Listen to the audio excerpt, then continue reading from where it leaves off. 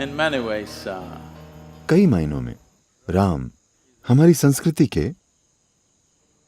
बुनियादी तत्वों के प्रतिनिधि हैं,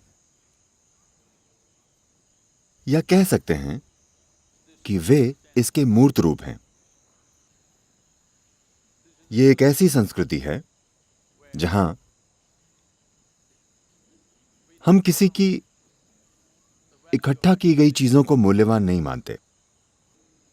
हम दुनिया में किसी की उपलब्धियों की गिनती नहीं करते, न ही हम युद्ध में किसी की जीत की गिनती करते हैं। लेकिन सबसे महत्वपूर्ण आयाम यह है कि किसी ने अपने भीतर कितनी गहरी स्वतंत्रता हासिल की है। आपके जीवन में मुक्ति का क्या स्तर है? उन अलग अलग चीजों से आपकी आजादी कितनी गहरी है जिनसे एक इंसान परेशान हो सकता है। अगर आप राम के जीवन को देखें तो मैं चाहता हूं कि आप समझें,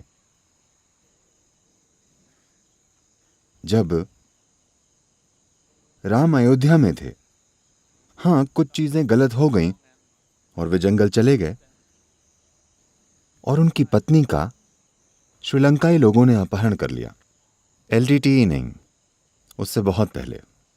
और जब उन्होंने दक्षिण की ओर बढ़ना शुरू किया और जब उन्होंने आंध्र प्रदेश और कर्नाटक की सीमा या सरहद को पार किया तो हमने उन्हें रामा कहा। जिस क्षण उन्होंने तमिलनाडु में प्रवेश किया हम उन्हें रामन कहने लगे। इसलिए जब मैं रामा कहता हूं तो भ्रमित ना हो, दक्षिण में वे राम नहीं हैं, वे रामा हैं।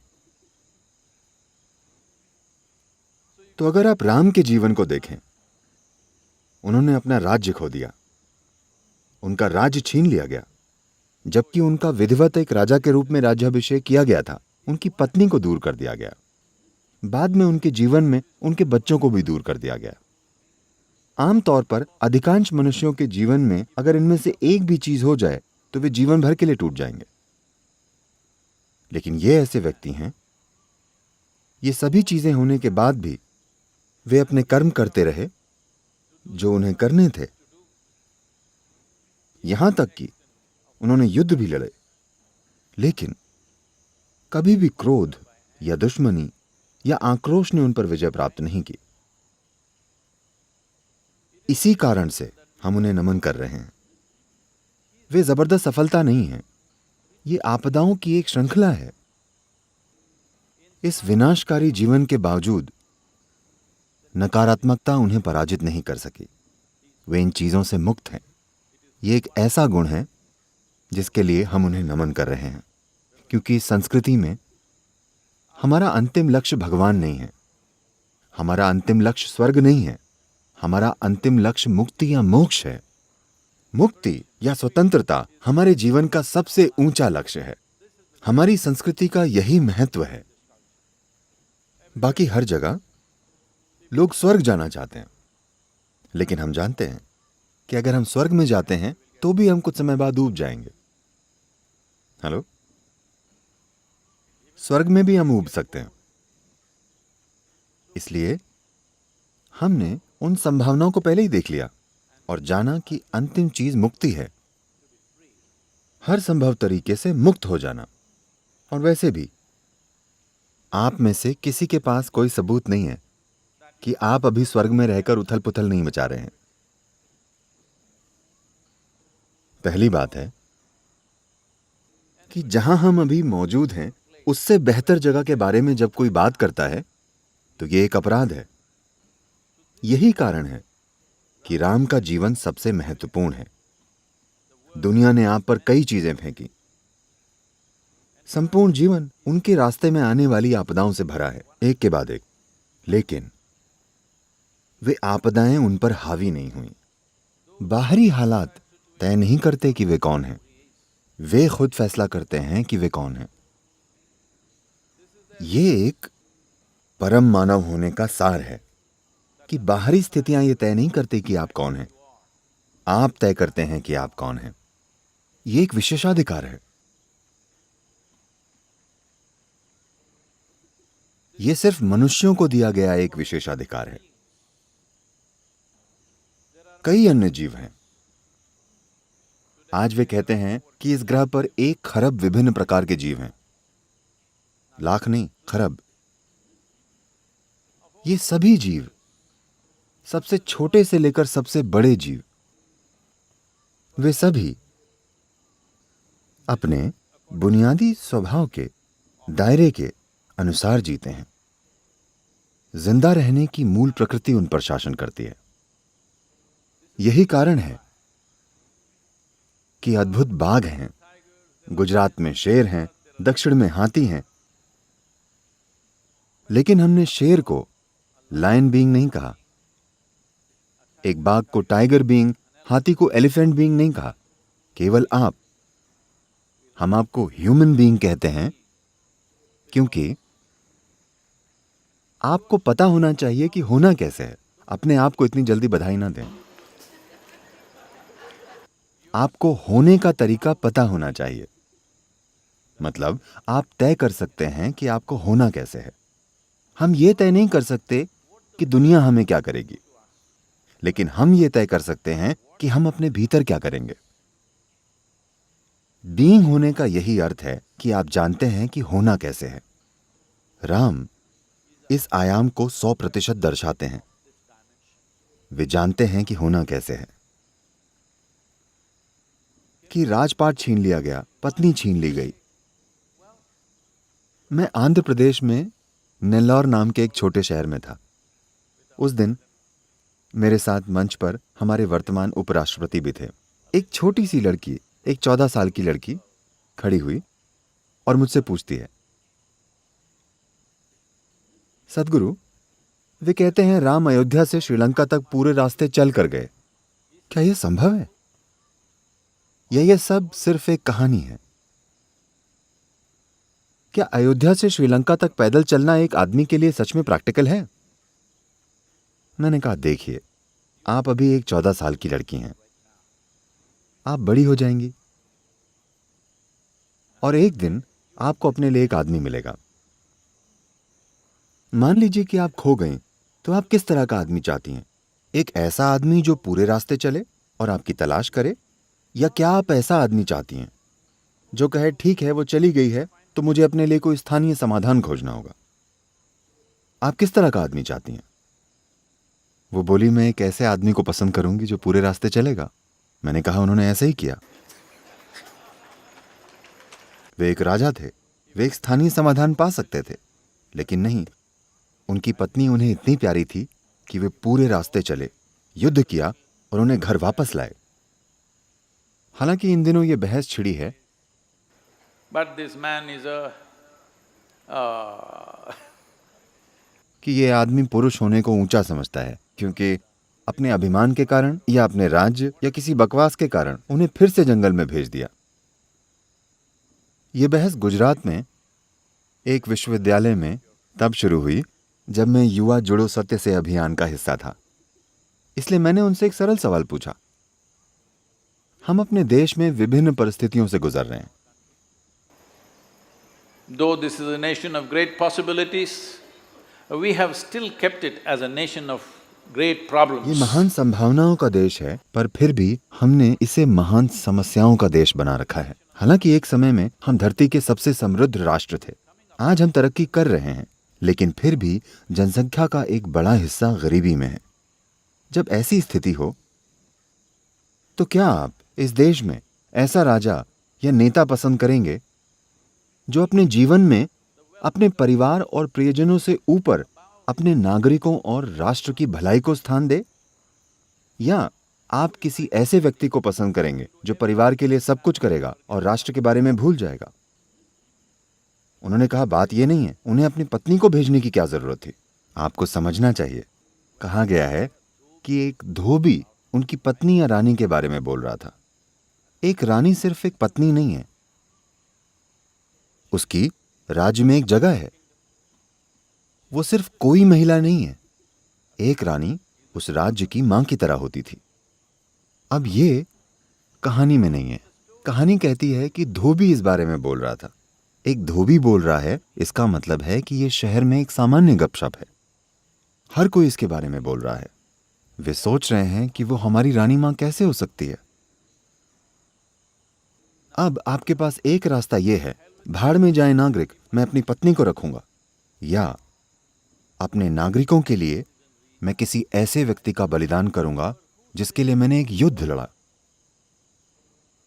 एक भयानक युद्ध, एक जोखिम भरा युद्ध लड़ा, क्योंकि आपके पास युद्ध लड़ने के लिए सेना नहीं थी।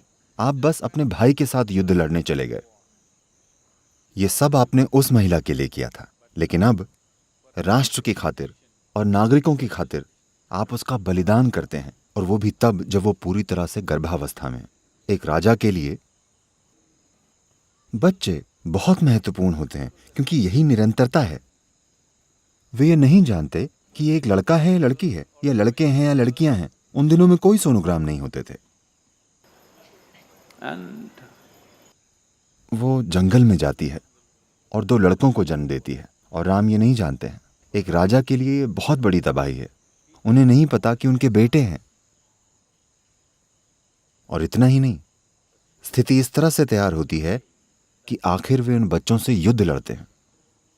आपके जीवन में सबसे बुरी चीज जो आप कर सकते हैं वो है जानबूझकर या अनजाने में आप अपने बच्चों को मार दें। ये सबसे भयानक बात होगी जो आप अपने जीवन में कर सकते हैं। उन्होंने लगभग ऐसा कर दिया था, लेकिन फिर भी remained without angst, क्रोध, शत्रुता और आक्रोश से परे रहे। जो जरूरी है वो करते रहे। हालांकि इस वजह से आपके दिल में बहुत दर्द होता है। आप इस दर्द को उन चीजों का आधार नहीं बनाते basis of जो आप बाकी दुनिया के साथ करते हैं। यही चीज वे दर्शाते हैं। इस राष्ट्र और विश्व के लिए यही आदर्श होना चाहिए। the world that अगर आप मुझे परेशानी देते हैं तो मैं भी आपको परेशानी दूंगा। फिर तो हर कोई परेशान हो जाएगा, क्योंकि यह बात पक्की है, कुछ तो आपको परेशानी देगा। जब आप इस जीवन से गुजरते हैं, यहां परेशानी देने वाले बहुत से लोग हैं, लेकिन जैसे ही आप ऊंचे स्तर पर पहुंचते हैं, अगर आप परेशानी देने वाले व्यक्ति बन गए तो हर कोई परेशान हो जाएगा। तो उनका जीवन इतिहास नहीं है, ये इस देश और इस दुनिया के भविष्य के लिए एक सबक है। ये महात्मा गांधी की 150वीं वर्षगांठ भी है, और कस्तूरबा जी की भी। मुझे इस अवसर पर श्रद्धांजलि देने के लिए गठित प्रधानमंत्री की अध्यक्षता वाली 20 सदस्यीय समिति के एक भाग के रूप में शामिल किया गया है। इसके अंतर्गत हम कई काम कर रहे हैं। एक कार्य यह है कि हम बहुत बड़े पैमाने पर अंतर्राष्ट्रीय कार्यक्रम आयोजित करने वाले हैं, जो न्यूयॉर्क, लंदन, बर्लिन, मॉस्को में होने वाले हैं, और यहां अहमदाबाद में उसका समापन होगा। बहुत ही उच्च स्तरीय हस्तियों के साथ हम ये कार्यक्रम कर रहे हैं, जो शांति की संस्कृति के बारे में है। क्योंकि आज जब भी युद्ध होता है, हम संघर्ष के समाधान की बात करते हैं, लेकिन शांति की संस्कृति मौजूद नहीं है। राम, महात्मा गांधी, ये सभी शांति की संस्कृति को दर्शाते हैं। शांति की संस्कृति बनाने के लिए, क्योंकि हर मानवीय लेन देन, हर इंसानी लेन देन, चाहे वो पारिवारिक हो या व्यवसाय में हो, राष्ट्र में या राष्ट्रों के बीच, हर लेन देन में संघर्ष हो सकता है। इसमें टकराव होता है। there is friction. अगर हमारे पास शांति की संस्कृति नहीं होगी तो हर लेन देन संघर्ष बन सकता है। इसलिए अपने आसपास, अपने भीतर राष्ट्रों के बीच शांति की संस्कृति लाने के लिए हम यह आयोजन कर रहे हैं। और ये 4 कार्यक्रम महत्वपूर्ण राष्ट्रों की राजधानियों में घटित होंगे। जैसा कि मैंने कहा, न्यूयॉर्क शहर, लंदन, बर्लिन और मॉस्को से शुरू होकर अंतिम कार्यक्रम यहां अहमदाबाद में होगा। और इसके एक हिस्से के रूप में हम महात्मा गांधी की 12 फुट ऊंची प्रतिमा के निर्माण की प्रक्रिया में हैं, जिसमें एक 4 फुट का आधार है, जिसे हम लगाना चाहते हैं। इसे हम नदी के मुहाने पर स्थापित करेंगे, River front, साबरमती नदी पर, एक ऐसी जगह जहां साबरमती आश्रम से आप उस मूर्ति को देख सकते हैं। आप सभी को इसका हिस्सा होना चाहिए, क्योंकि महात्मा गांधी एक व्यक्ति के रूप में जा चुके हैं, लेकिन एक आदर्श के रूप में, एक प्रेरणा के रूप में हमें उन्हें जीवित रखना चाहिए। कई मायनों में ये एक संयोग नहीं है कि लगातार महात्मा ने राम के गीत गाए और अलग अलग तरीकों से उनकी पूजा की। एक तरह से Mahatma is an extension of Ram in 20th century. 20वीं शताब्दी में महात्मा राम का विस्तार हैं और उनकी प्रिय पत्नी, जब आपके पति के रूप में महात्मा गांधी जैसा आदमी हो तो एक पत्नी के लिए ये बहुत कठिन जीवन है। एक महिला के लिए इस तरह के पुरुष की पत्नी होना एक असंभव रूप से कठिन काम है, क्योंकि इस आदमी की ऊर्जा और ध्यान परिवार से बढ़कर किसी और चीज में लगे हुए हैं और परिवार को मुश्किल से वो मिलेगा जो उन्हें सामान्य रूप से मिलना चाहिए। इसलिए ये उनकी भी 150वीं सालगिरह है। हम उनकी हर चीज के लिए उन्हें नमन करते हैं कि उन्होंने महात्मा को राष्ट्र को सौंप दिया। ये एक अद्भुत काम है। इसलिए 2 अक्टूबर को हम यहां होंगे, अहमदाबाद में। मैं बापूजी और आप सभी से अनुरोध करता हूं कि आप किसी रूप में इसका हिस्सा बने। आप में से अधिकांश ने आदियोगी का चित्र देखा होगा और महात्मा गांधी की छवि भी उसी अंदाज में बनी है। मैंने फैसला किया क्योंकि महात्मा गांधी की अधिकांश तस्वीरें तब ली गईं, मीडिया तब मौजूद था जब महात्मा उपवास कर रहे थे और उन्होंने सोचा वे मरने वाले हैं, तो वे हमेशा इस तरह से देखे गए। बेशक अगर 2 सप्ताह से अधिक समय तक खाना न खाया जाए तो वे ऐसे ही दिखेंगे। ये वो छवि है जो आप बड़े पैमाने पर देखते हैं अधिकांश स्थानों पर। लेकिन हमें महात्मा गांधी की एक ऐसी तस्वीर मिली जिसमें वे बहुत खुश हैं और वे अच्छी तरह पोषित भी हैं। हमें ऐसी छवि मिली, तो ये छवि ऐसी होगी जिसमें वे अच्छे से पोषित दिख रहे हैं और वे मुस्कुरा रहे हैं।